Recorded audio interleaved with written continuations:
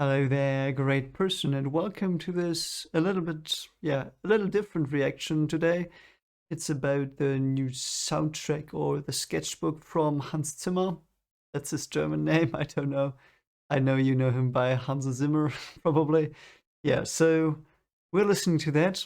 And shout out to Rob who suggested that to me. And this is before I see the movie. I will see the movie in 2 days now. 2 days.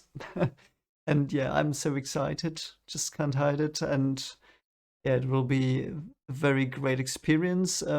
As you know, I will do a spoiler-free review and I will do a spoiler review. And in the spoiler review, you can also put your questions in the comments and I will answer them because, yeah, I know it's not out in many countries then. So if you want to get spoiled and you have specific questions, I will just answer them there.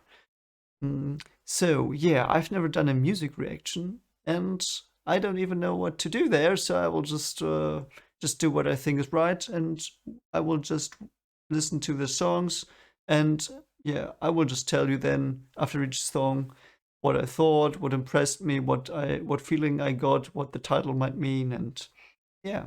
So let's just get into this, and I will just listen to the first song, which is called Song of the Sisters. So might be the Bene Gesserit theme. I hope it is.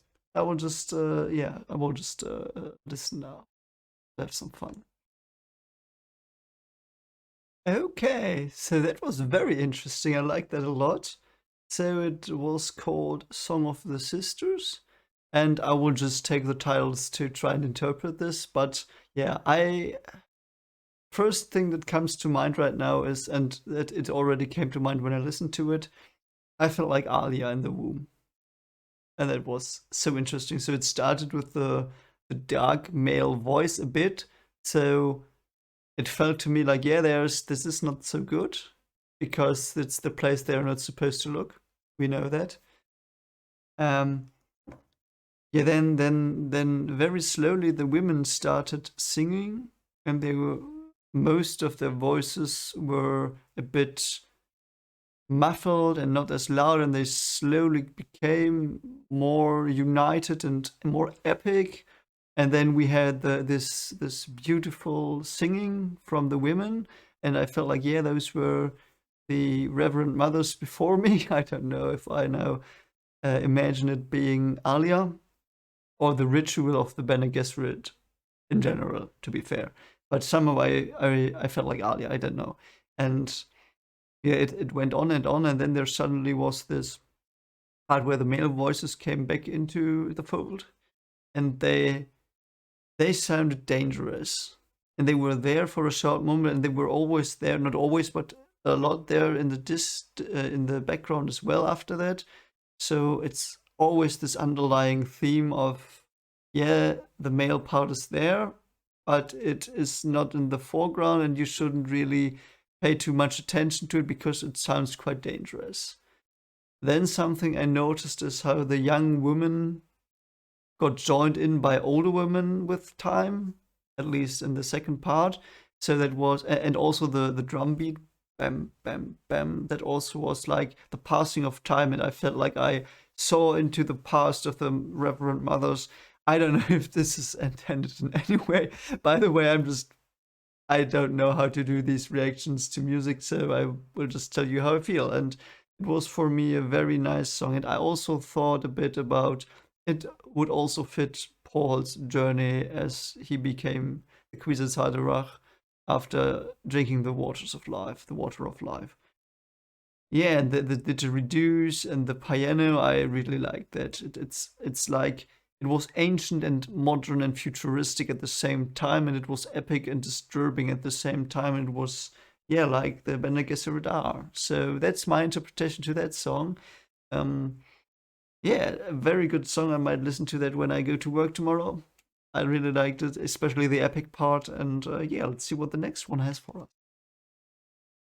And it's called I See You in My Dreams, so it might be Paul's song to Charlie. Let's see what they have for us. It's 18 minutes, so yeah, let's dream a bit. Okay, so that was really relaxing, I have to admit.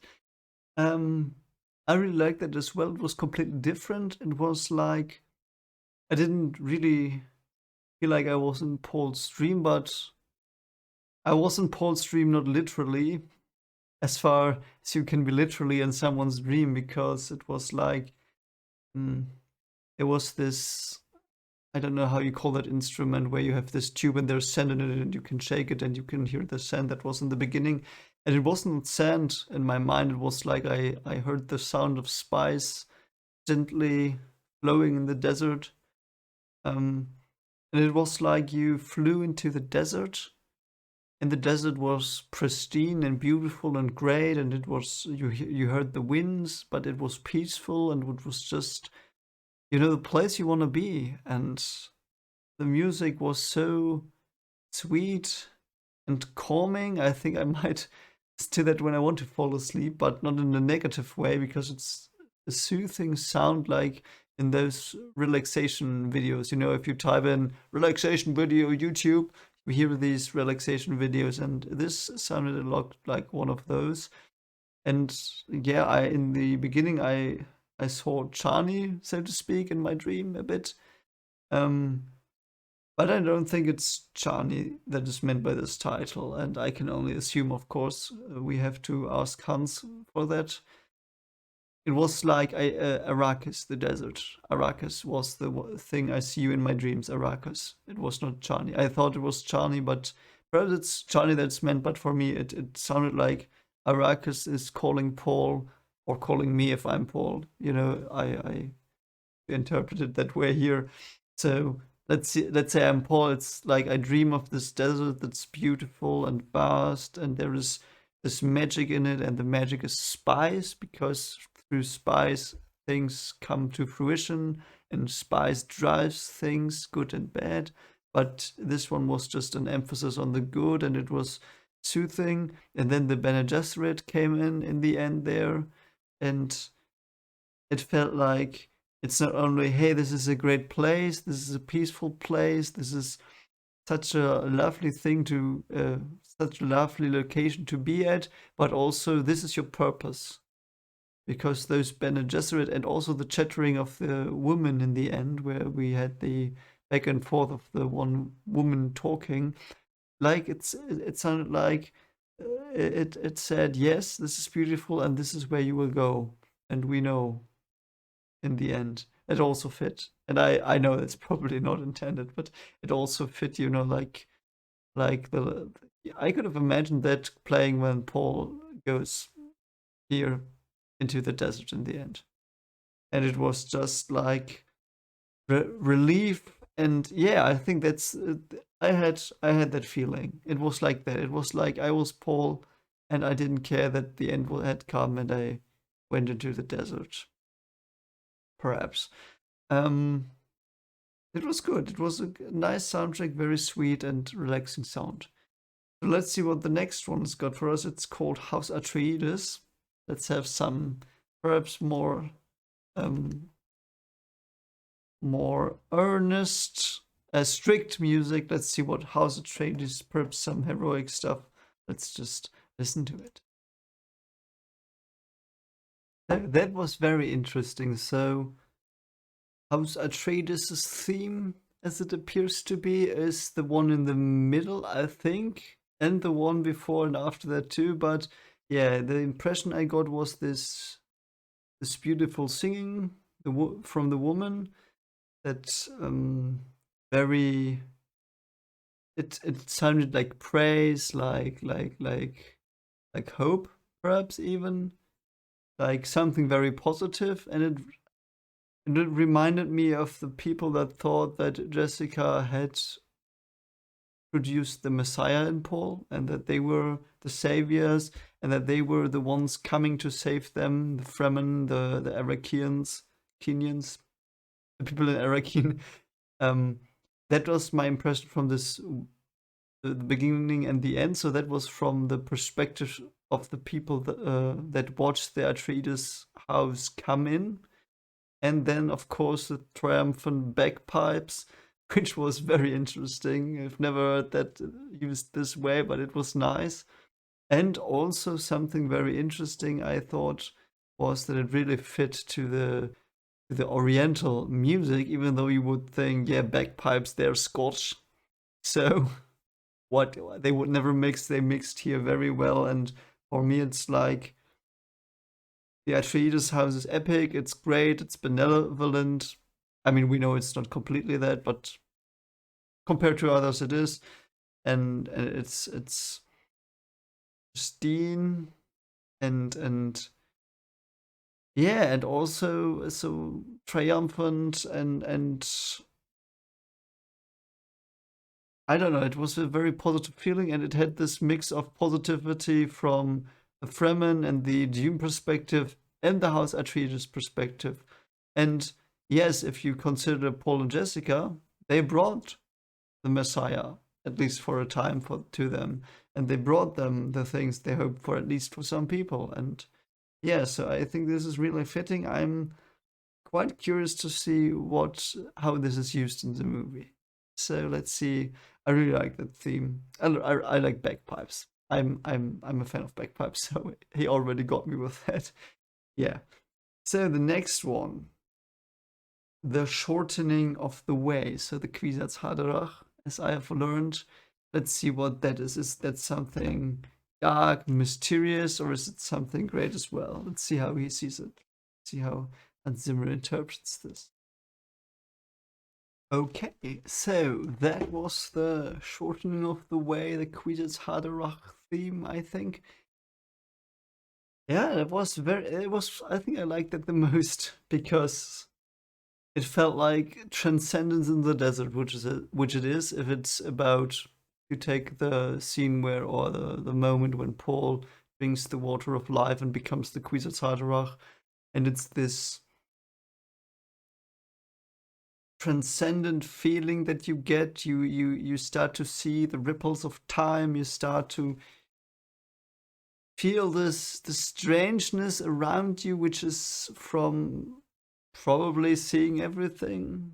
And yeah, then in the end, I like the end part a lot because then it turned into the foreboding, almost foreboding sounds of the coming jihad, of the crusade, of the terrible fate. And I think that's in there as well. I love that part. And yeah, it was quite, I felt like, yeah, shortening the ways as well. So like folding and transcending space. And then in the end, the beautiful voice again that perhaps gave us hope. Perhaps that was Chani again, like woven into the jihad, perhaps. I don't know, but I really like this one. I really, really did like this one. I like the other ones too, but this one stood out to me, I think. But let's see what else we have. We have the next one is Paul's dream, which might be also the jihad. Let's see if it's a good or a bad dream that he has here, and let's just go into it. Yep, that was the jihad in the end. So it was like the dream, not the dream he dreams, but the dream he has and the dream that has him. So in the beginning, it's quite good, so to speak, quite nice, quite relaxing, and then slowly the thoughts of the conquering and crusade start to rise, and the battle cries start to go up, and yeah, it's like that. I mean, the last vocals there, they sounded. I mean, they were not battle cries, but they sounded like something like that. Beautifully done, and I can't wait to hear this in the movie. This is gonna be epic. I mean, everything about this movie is gonna be epic. I'm convinced now. I will tell you in 2 days. Um, yeah, this is just wonderful, wonderful, wonderful song. It's like I would have probably perhaps Paul's Fate would have been quite an interesting title as well. So yeah, I like that. And the little piano notes in the background beneath the singing, very nice in the end. Very nice touch. So yeah, good song. So next one will be Moon over Caladan. So we're going to the water world, and we will see. We will see what he's got for us. Okay, so that one was like holiness and divine, but also a storm coming and like rain on the planet, and yeah, it's like Paul's Caledanian color, his origins, his roots there, but also what he becomes merged into one. So Moon over Caladan. It almost sounds, and I know the movie's not gonna go there, as if he's already the emperor, and as if he returns to Caladan for, I don't know, a triumphant whatever. And yeah, you see Caladan pristine and divine, and he comes there, and it's epic and it's great. But this jihad in the end comes again. The voices, the battle cries. It's always the reminder that this is not the beauty that it seems to be. And I really like this song. I really do. I like Caladan as a world, as an antithesis. Do you say it like that? To Arrakis, the water world where there is so much water that you could drown, and Arrakis where there's none, but there's so much spice. And yeah, that's great. That's beautiful. And it's also fitting to Paul, and it makes me realize again how multi-layered and how many ideas are in his character, and how, yeah, how multi-layered he is. Yeah, he's a great character. Great character. So the next one will be Shai-hulud, our great maker. So let's see what the maker theme is. Ooh, Shai-hulud. I love Shai-hulud. I love my Shai-hulud. So the coming of the maker of Shai-hulud. So that was like, was that a combination of a didgeridoo and Mongolian throat singing? I think I heard that correct. That was interesting. I think it was fitting for a maker. I like the thumper that they incorporated there. The I really did like that, and it was always like this swelling greatness in the background, and you knew something was coming and was out there, and it was in the beginning it sounded like a snake a bit, like the great sand snake, so to speak, that the maker is, and it was epic, it was dangerous, it was this force of nature. And I really like the soundtrack. And yeah, the mix of the throat singing and the didgeridoo, really, I really like that. It was so strange, but it fit together in this. And yeah, I can't wait to see the maker in the movie. The maker in the movie, or the two makers. I think we will see two in this one. Yeah, we'll probably see only two, but yeah, two is enough for me. I love my maker action, you know that, and I hope they play this theme, and it will be a great maker appearance. And another one. So next one, the mind killer. So fear is the mind killer. We know that. Let's see how Hans Zimmer envisions fear.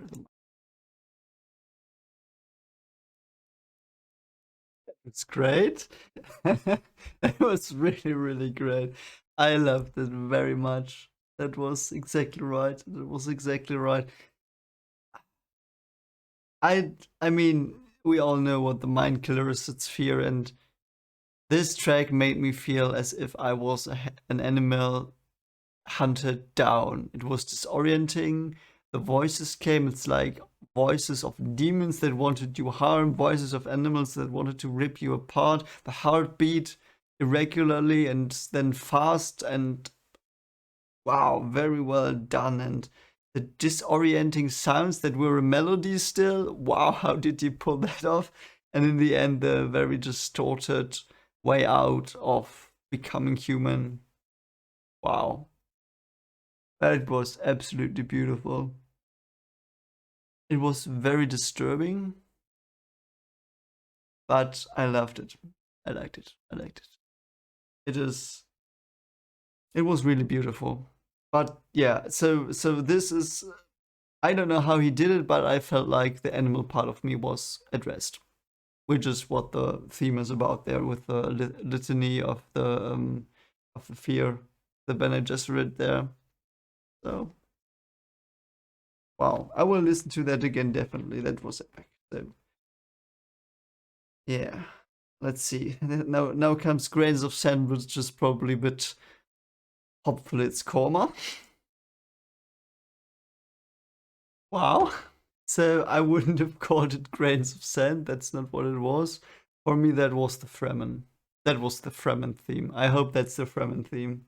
That's so incredibly great. You know, it's like this dangerous animal sneaking through the desert, and they are attacking, and their battle rhythm is inside them, and they are like a wave below the sand descending upon their enemies. That's so incredibly great. I hope that's the Fremen theme. I hope that's the Fremen theme.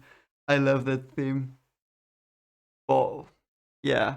The last two really, really hit it out of the park. All of them were great, but the last two, Fierce, the Mind Killer, and Grains of Sand. So we have one left, but I want to say, wow, this one is absolutely great. Genius. Wow, it's like this guerrilla desert force what they are in this movie. I mean, they're not later on, I think. We don't really know how the jihad runs its course, but I mean, they win everything, so don't know. So let's see the last one. It's called Ripples in the Sand, and let's see what the ripples are.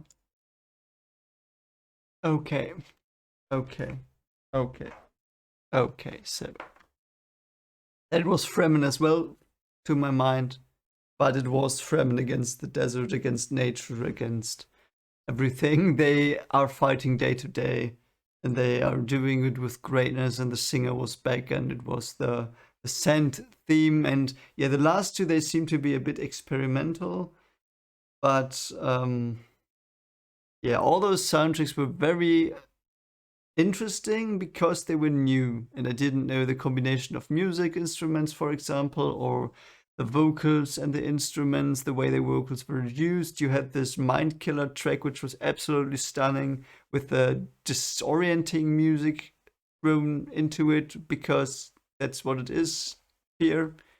And yeah, well, the Fremen theme, I hope the ripples in the sand theme, great stuff. So yeah, yeah, I will be about one more day without knowing where this is coming from, and I mean exactly which scenes.